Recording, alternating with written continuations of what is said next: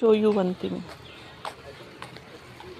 आपल्याला नेहमी असं वाटतं की आपली मेंटल ग्रोथ होऊ शकत नाही, अवतीभोवतीचं वातावरण कसं आहे याचा आपण विचार करतो. आता बघा ना, हेच कमळ बघा ना, किती सुंदर फुललं आहे. आणि या कमळाला बघून मला खूप असं प्रेरणादायी वाटतं आहे. मी याचा खूप आदर्श घेतला कि बाबा तुम कहीं पे भी उग सकते हो, बस उगने की हिम्मत चाहिए. आणि जसं तो कमल आत्ता फुलला आहे ना, तसंच आपल्याला फुलायचं असं आयुष्यात. आयुष्य खूप अनप्रेडिक्टेबल आहे. कधी काय होईल काय सांगू शकत नाही. खूप असे लोक आहेत, हजारो करोडो कोटी कमवून स्वतःला गमवून बसतात, लवकर एक्सपायर होतात. आणि मी जर तसं तू सांगायचं ठरलं ना, तर जेवढं आपलं आयुष्य आहे ना, तेवढं त्या कमळासारखं जगायचं.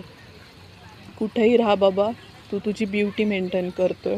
आणि हा जो हे छोटंसं खडगं आहे ना, जे त्यांनी बनवलं आहे, म्हणजे कमळ उगायला, त्यात खूप घाण पाणी पण आहे. पण त्यांनी त्याची स्वतःची कमळानी क्वालिटी मेंटेन केली. आणि त्या एका कमळामुळे ते खडगं पण जे आहे ना, पाण्याने भरलेलं, किंवा ते काय त्यांनी बनवलं, मला त्याचं एक्झॅक्ट नाव नाही माहिती, पण त्याला ही शोभा आलेली आहे. बघा,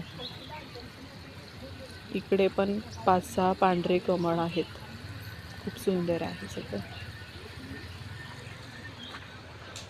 आणि इथे पेरूची बाग आहे. खूप साऱ्या लेडीज आहेत, स्वतःला एक पर्सनल टाईम देत आहेत. त्यांनाही असं बाहेर पडायचं आहे सगळ्या